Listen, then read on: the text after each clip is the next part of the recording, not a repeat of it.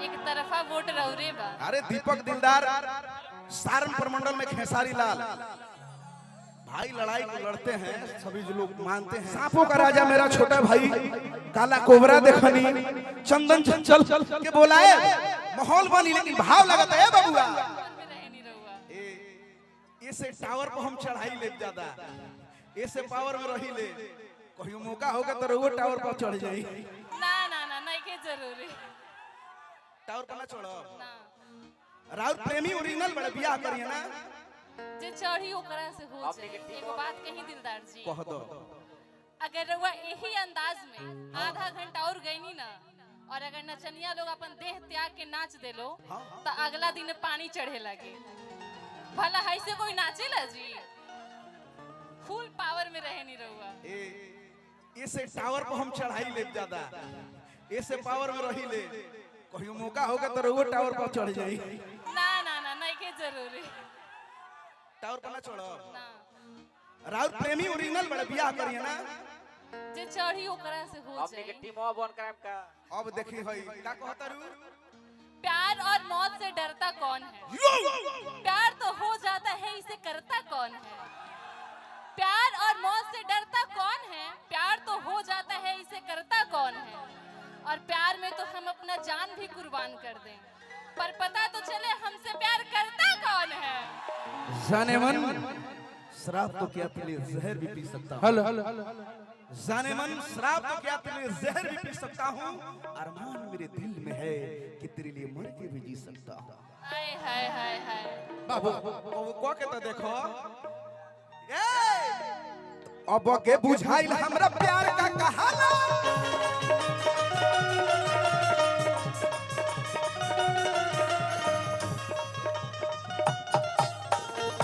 काहे होश गवावत तनी अपन? होश गवावत तनी कि हम संकट में पड़ल बानी। खेत खाएगा दहा जो लहा पिटाए बेंजू के तार टूट गई। हमरा सुने में आइल है बेंजू के तार टूट गइल बा। तू बाड़ू मीडियम वाला 55 के आ तहार लभर मिलल बा कतना 55 के। ऐसन कौनो बात नहीं कि हमार जहिया होई न तहिया चार देखी या चार तरसी कि काज हमरो भी नहीं वैसन होई। तो देख लियो हमर मुखिया जी है गांव के मुखिया जी वीरपन भैया भनी संकट में मत डालो।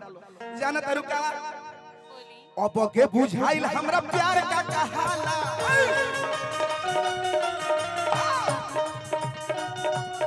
ये है रोका गुंगा नगरिया में भई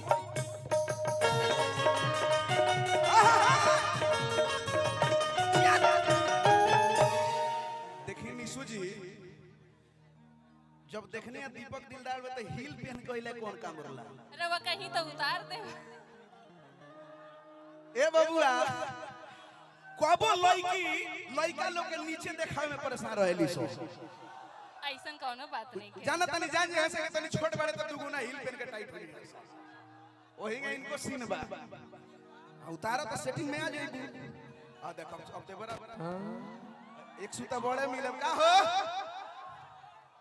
कि हमनी के जोड़ी देखी हंसत जवार बा। हमनी के जोड़ी देखी हंसत जवार बा का कहिए नुसी तहरे से भइल हमरा प्यार बा। ए हेलो हां हमरा लगे मोहब्बत के गम नहीं खे आ रउवा हमरा के संभारी इतना रउवा लगे दम नहीं खे। हमरा दम नहीं खेतरे के संहारे जी हमार नखरा झेले के ना तो कोनो बात में के चाकू पर तरबूजा गिरे चाहे तरबूजा चाकू पर गिरे। हम उ सब बात ना कहनी, हम नखरा उठावे के बात कहनी है का। नखरे में नु बखरा होला। सुनो अब के बुझाइल हमरा प्यार का कहाना। कौआ नगरिया में भइल बाटे हाला। ए निशु जी और का कैसे भाव सुबोध अकेला पंकज लाल अब के बुझाइल जानते रहो हम ही छपल मन टीवी के बारे में। हम ही छपल मन टीवी के बारे में तन्नीसु हमर चढ़ गइली हमरे लटावर पर। जान हम चढ़ गइली हमरे लटावर पर।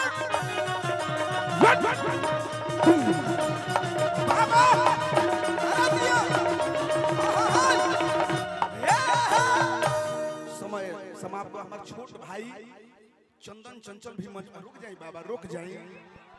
प्यार में बदनाम हो गई थोड़ा और सा। लोग आओ तो 20 घंटा दीपिका दुगो गाना गलत ले माय रुआ हाजिर हो गई। हेलो ना ना गाई रौरे मंच में। हेलो मजाक हेलो। कर। दीपक जी बस हो गई तो अब हमारे दीपक बाबू प्यार में बदनाम हो हमारा गई। बेरे के समय लोग के लागल ठीक बा। मुखड़े मुखड़े कोन एगो गा मुखड़ा गाय ओकर टाइम दे दे रहुआ के का हो भैया हो जाए ना। बिल्कुल तमाम गाना रतिया कहां बितौला ने कितना सोच नहीं हाला हो जाए। एक खाली हम चाहम नु कि उ पुराना याद रहुआ फिर से ताजा कर दें। तू कहत तो कोई दे कहां बितौला ना कि रतिया कहां बितौला ना कि मतिया मरल से पवन सवतिया रतिया कहां बितौला बता दो सिलवा रहे कि फूल मोतिया रतिया कहां बितौला। समय समाप्त वाले की एगो मुखड़ा गाई पूरा कर दी भाई हाउ ना गाई कि प्यार में बदनाम हो गईली। एक तरफा वोट रौरे बा। अरे दीपक दिलदार सारण प्रमंडल में खेसारी लाल भाई लड़ाई को लड़ते हैं, सभी जो लोग मानते हैं। और तीसरे चंचल भी मेरा संहारा है कमान। तो ये मोहब्बत है भाइयों का। भैया बोलबे किए ना कि दीपक दिलदार एक ऐसे कलाकार हैं कि दोनों भाई हम लोगों ने दुगुना गाया, रामायण गाया, स्ट्रगल किए। तो मेहनत जो करेगा वही न लड़ेगा, वही आगे बढ़ेगा। तो ये मोहब्बत है, आप लोगों का प्यार है। मैं तो छोटा सा कलाकार हूँ, मुझे गाने बजाने कुछ नहीं आता है। माँ भावेली का प्यार है, आप लोग का दुलार है, तभी दीपक दिलदार है, नहीं तो सब बेकार है। लास्ट भाव तो प्यार करे पियावा गूगल से पूछ के। ये लास्ट मुखड़ा रही, ओकर बाद प्यार में बदनाम, ओकर बाद मेरे छोटे भाई का काम।